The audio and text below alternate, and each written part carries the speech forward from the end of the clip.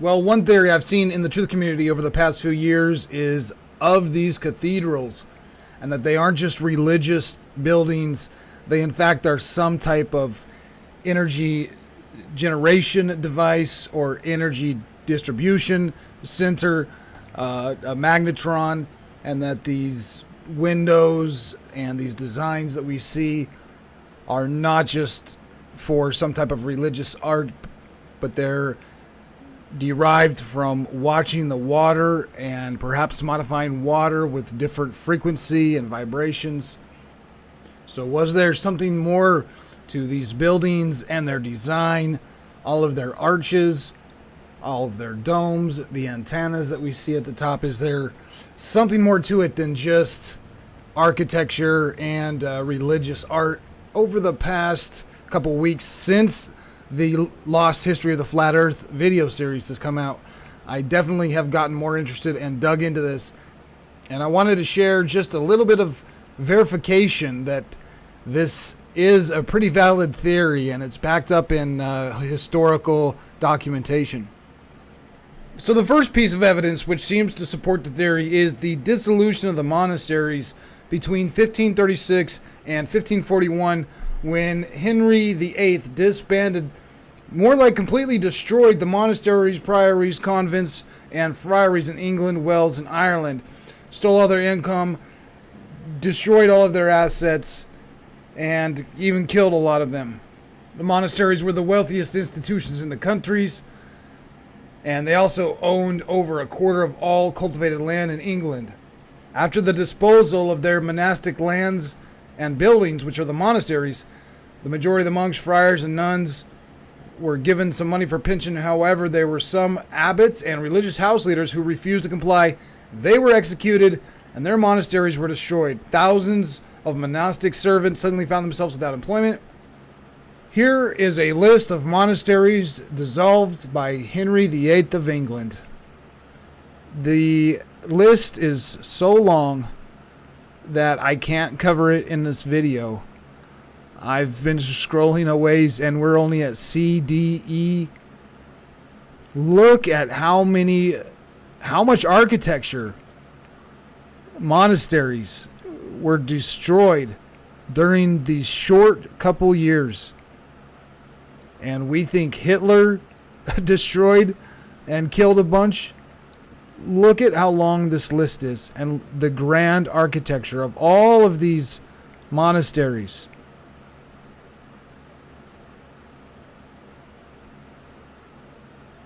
I should just click on a couple of them. Tally Abbey, completely destroyed. All of the books burned. We have no idea what this building was for. Thetford Priory. The remains of Thetford Priory. We have no idea what this building was.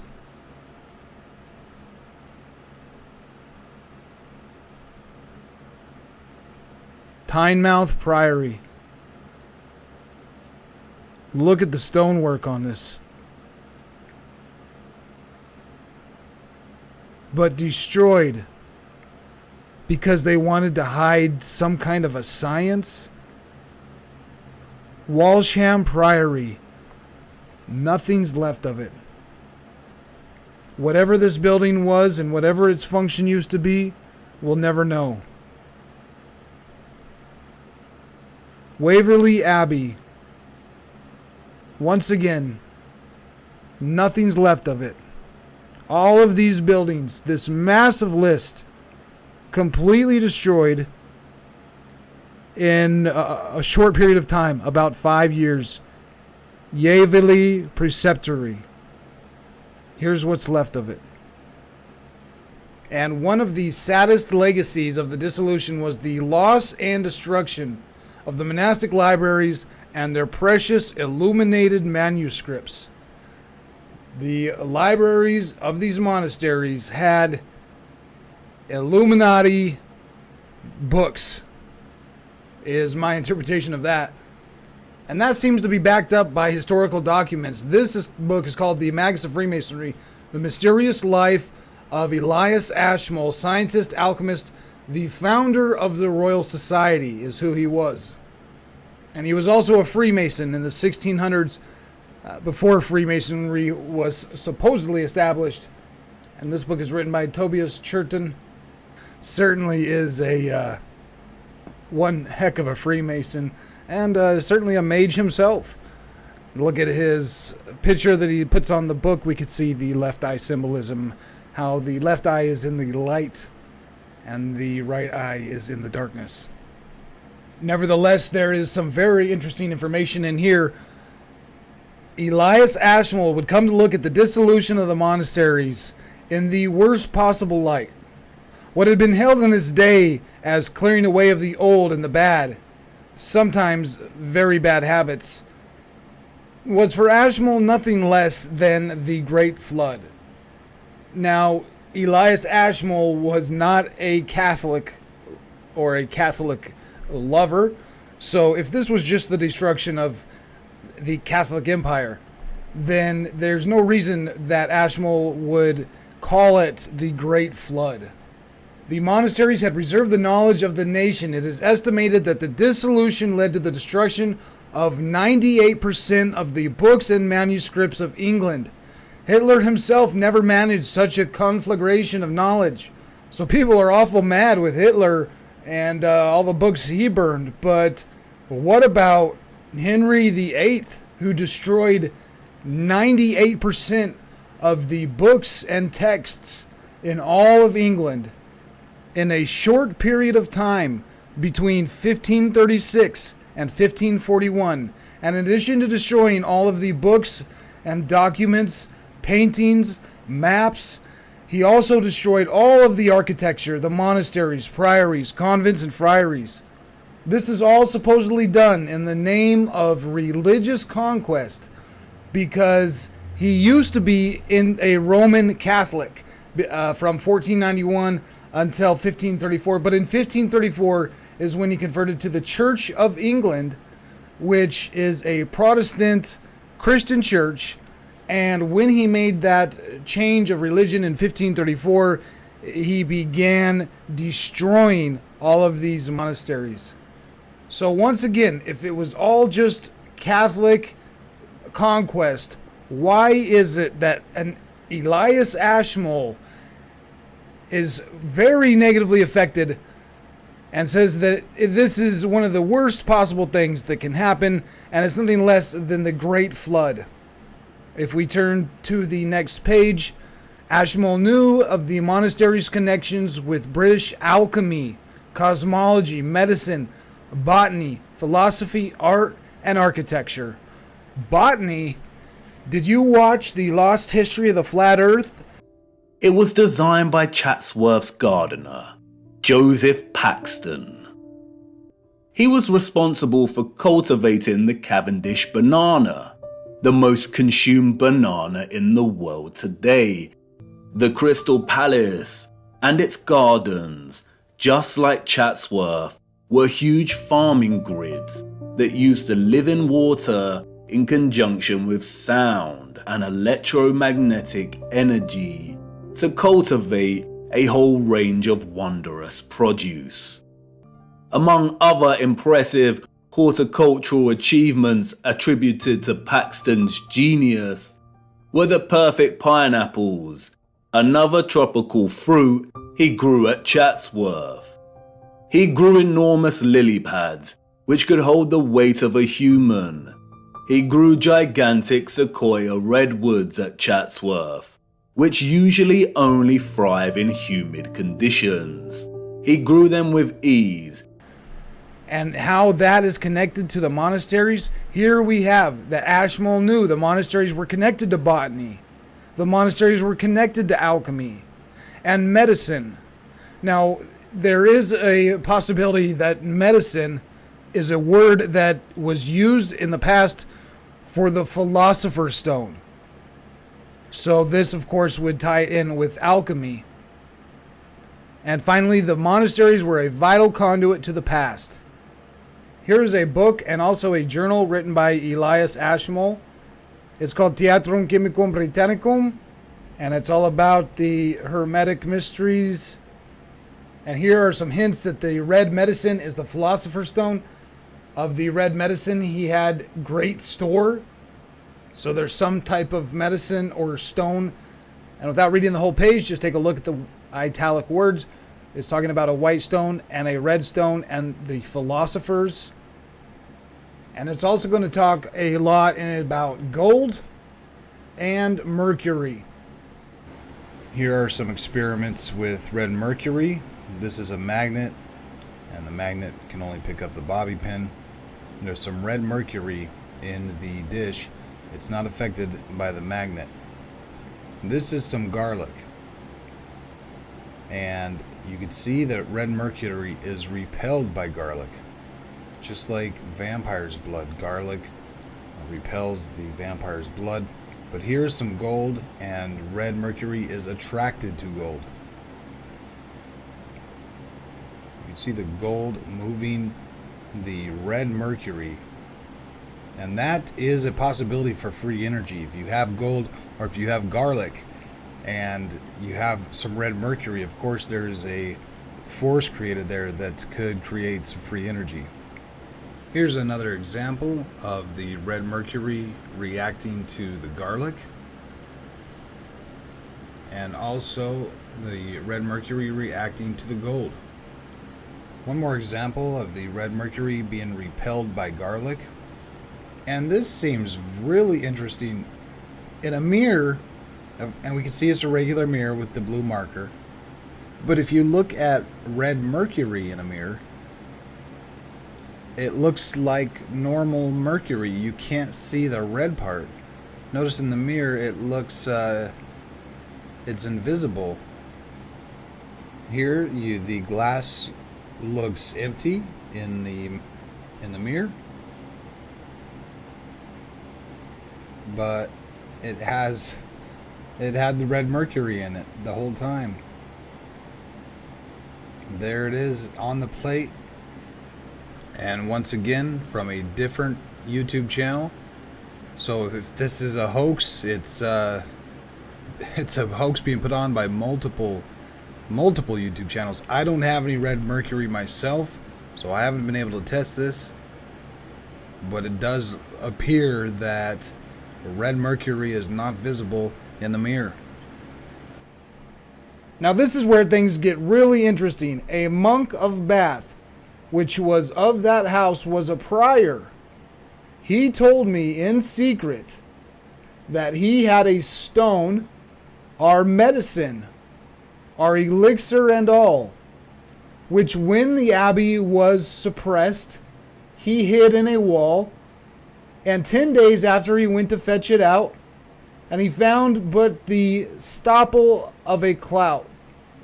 Now I don't know what that means, but maybe the stopple is the steeple. Maybe all he found, it sounds like he just found the whole place in ruins. But he had our stone. This is the philosopher's stone. He calls it our medicine, our elixir and all. Or maybe they're three different things. Our stone, our medicine, our elixir and all. Which when the abbey was suppressed, when it was destroyed by the dissolution of the monasteries, he hid it in a wall. Now one question here is, why would the monk know that he needs to hide this philosopher's stone or this medicine or this red elixir? Why would he need to hide it in a wall? Obviously he knew that they were coming to destroy it or take it and to steal all of that. And again, this has nothing to do with Catholicism. It sounds like he went back to the abbey and did not find what he had hid in the wall. He told me in such an agony that the loss thereof, he thought he should be in a frenzy, and he is dark and cannot see. I believe this is the word for blind. He is blind. He cannot see, but had a boy to lead him throughout the country. Okay, I need to take a small detour here on page 298 where it mentions that he is blind. And we need to talk about a secret society connected to Freemasonry that may cause people to go blind.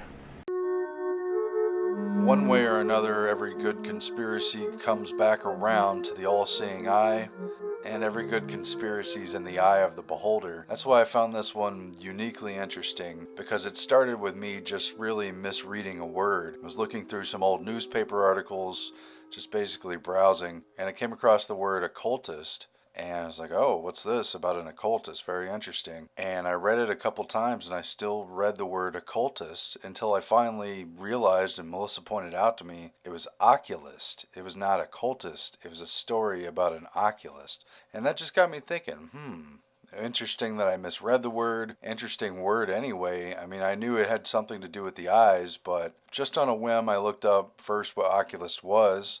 Basically what we now call an ophthalmologist, an eye doctor, who can also prescribe glasses. An oculist is basically the antiquated term for eye doctor.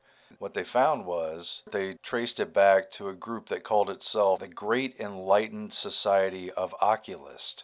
And this ends up being pretty interesting. It's a very little known secret society, but it does appear to have been genuine, and it appears to have remained so little known because presumably this group actually did want to keep itself secret, unlike larger orders, the Freemasons. They hide in plain sight, for instance, even though their proceedings are in secret and it's staggered according to initiation rank and so forth. And so this document for a secret society of oculists describes in detail the initiation ritual that they do to their members, and it's actually oriented around eye doctors. And their initiation ritual describes them as being the true doctors who can allow people to see, and that they're not like the other charlatans. And it's not clear if they really were practicing as oculist eye doctors or if that was just their cover for the secret society, but either way it relates closely to the all-seeing eye.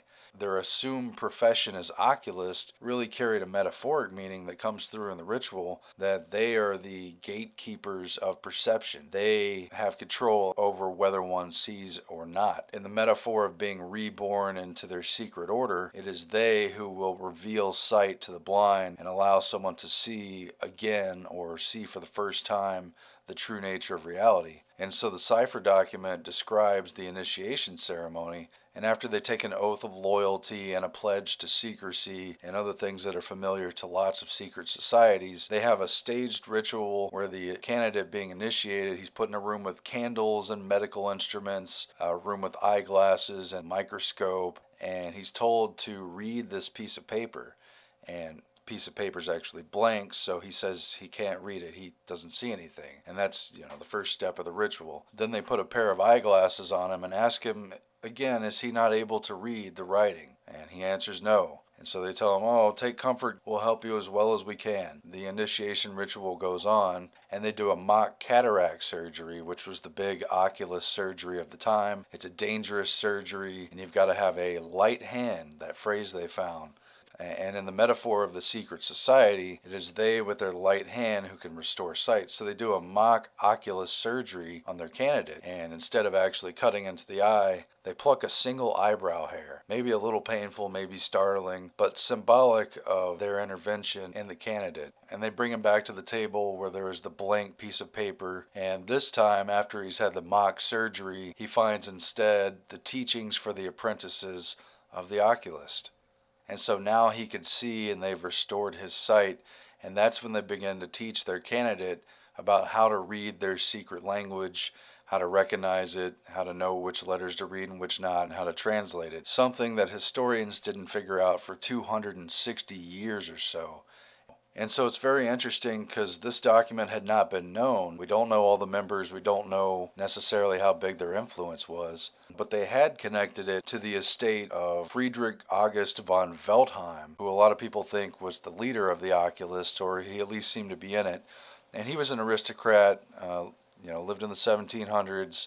And he was in a lot of secret societies. Some of them were important and some of them not. And they're making the case in this Wired article that whereas he was also a member of the Order of the Golden Poodles, he didn't seem to take that one seriously. But he did seem to take the Society of Oculists very seriously, because Veltheim in his will left a trunk that was locked, and he ordered his own son not to open the locked trunk unless he was given permission by the local duke or one of the duke's descendants. So he gave a higher authority to the secret contents of this trunk to the local duke, whoever that was at the time or would have been, than his own heir. At any rate, the trunk was not knowingly opened until 1918, hundreds of years after he had passed. He died in 1775, and they found this document in there. Nobody knew how to translate it, and they also found some interesting objects, and they found an image of the seal of the Oculist, which is in German here, a little hard to read, but it depicts some cats, maybe even leopards or panthers, watching over mice at night. And they make the argument that this is an allusion to the secret knowledge, the hidden knowledge that they possess, because cats have very good night vision, so they could see in the dark. In the ignorance of the rest of the world, they alone have the knowledge and the secrets, and they just watch over everyone else like prey, I guess. That's how I would interpret it.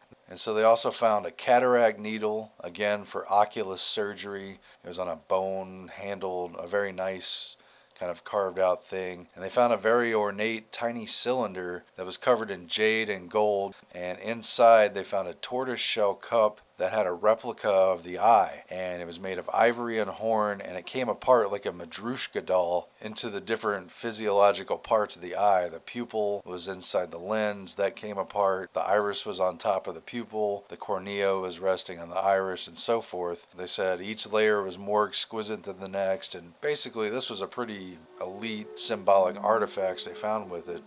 All right, now given that information, once again, going back to this monk, it is interesting that this guy is blind, and I understood that he was a philosopher, and when all the company had gone, and none but his boy and he and I were alone, the master teaches me the secrets of natural philosophy. Another term for this natural philosophy is natural magic. According to Ashmole, Adam and the primal man before his fall was so absolute a philosopher that he possessed the true and pure knowledge of nature, which no other than what we call natural magic in the highest degree of perfection. According to Jostin, natural magic, as conceived by Ashmole, is therefore in modern terminology science. Teach me the secrets of science, or natural philosophy. No, son, said the master, I know not what thou art, and shall I reveal to thee such a precious art? No man by me shall get such gains, for I must surrender it into the Lord's hands. But it goes on to say that he does decide to teach Elias Ashmole some of the science, and he talked for an hour with me in the philosopher's speech. And what is the philosopher's speech? My son, he said, let me have thy prayer, for of the science I will make you my heir. And upon this oath that I shall give you, for no gold, for no love, for nothing will you disclose the secret that I shall teach you, neither by writing nor by swift speech. Master, I said, I grant your desire. Then, son, he said, keep this oath, and I charge you well, and think as though you've been saved from the pit of hell. And now the master said to me that the coast from the hearers is clear. The coast is clear. There's nobody around to hear them. So he said, son, and he spoke into my ear, and with 3 to 4 words he revealed unto me of minerals, prudence, and the great mystery. So with 3 to 4 words, he revealed the great mystery. And when I heard it, my spirits were filled with such joy. And for 9 days and no more I trained with him. But Lord, in this time, what secrets of nature he opened to me at diverse sundry times.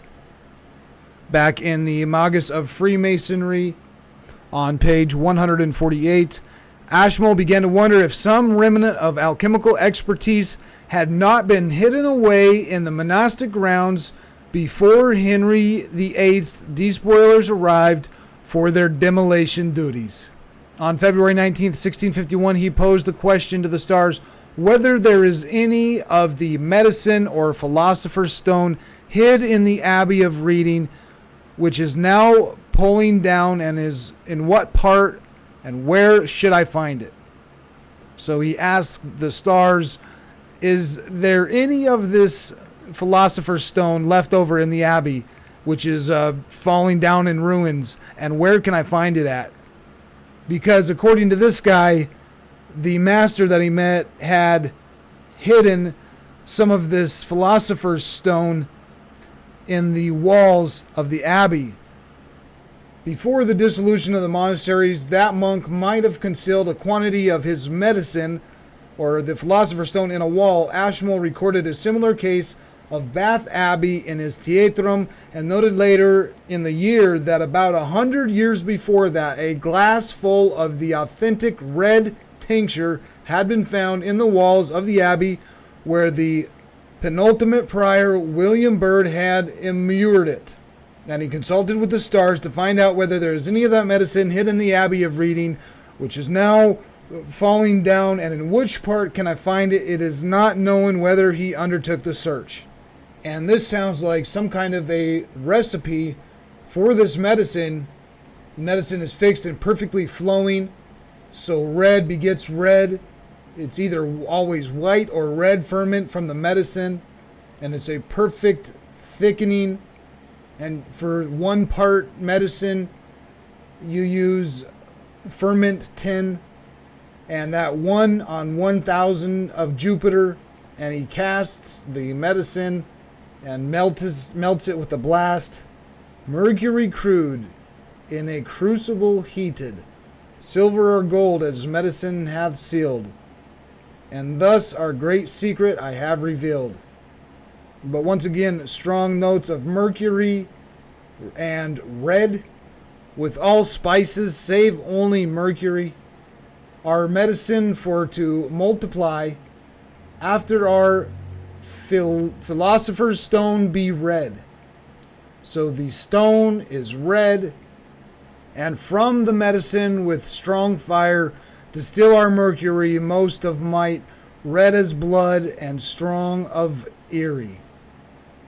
Then must you your medicine apply, for take Mercury before his flight, and son, if thou wilt, have thy medicine red. He earnestly moved his master to communicate the red medicine to him, which after some time he accordingly did. Hence some affirmed that Norton neither had nor knew how to make the red medicine. And it says here, in regards to the violent nature of the medicine, it is deadly indeed, because its nature is so infinitely stronger above man's, and it overcomes his spirits. So it says, therefore, take caution to young practitioners of this science, and you might be working with erroneous Philosopher's Mercury. So here again, it's called Philosopher's Stone, and here we see Philosopher's Mercury, the red medicine wrought up to the highest degree of perfection. And finally, it is generally reported that John Dee and Sir Edward Kelly were so strangely fortunate as to find a very large quantity of the elixir in some part of the ruins of Glastonbury Abbey, which was so incredibly rich in virtue. Is it possible that this red medicine, that this red stone, is red mercury? If this was all about hiding Catholicism and getting rid of the Catholic Church, men like Elias Ashmole and John Dee, who were trying to find or had a Philosopher's Stone, wouldn't be all that interested in their architecture and their books. If the dissolution of the monasteries was just about getting rid of Catholicism, then the monk of Bath, the blind monk of Bath, wouldn't have been worried about hiding some red stone or red medicine or elixir in the walls of the abbey. And piecing all of this information together, it doesn't seem like all of these buildings and all of this architecture and all the books and maps and paintings and stones and red medicines and elixirs that were contained in these buildings. I don't think it had anything to do with the official narrative that they just wanted to get rid of Catholicism by destroying all this. Thank you for watching, guys. This is Ryan Zim signing off while I mourn the loss of Bartony Abbey because the only thing left is a stone.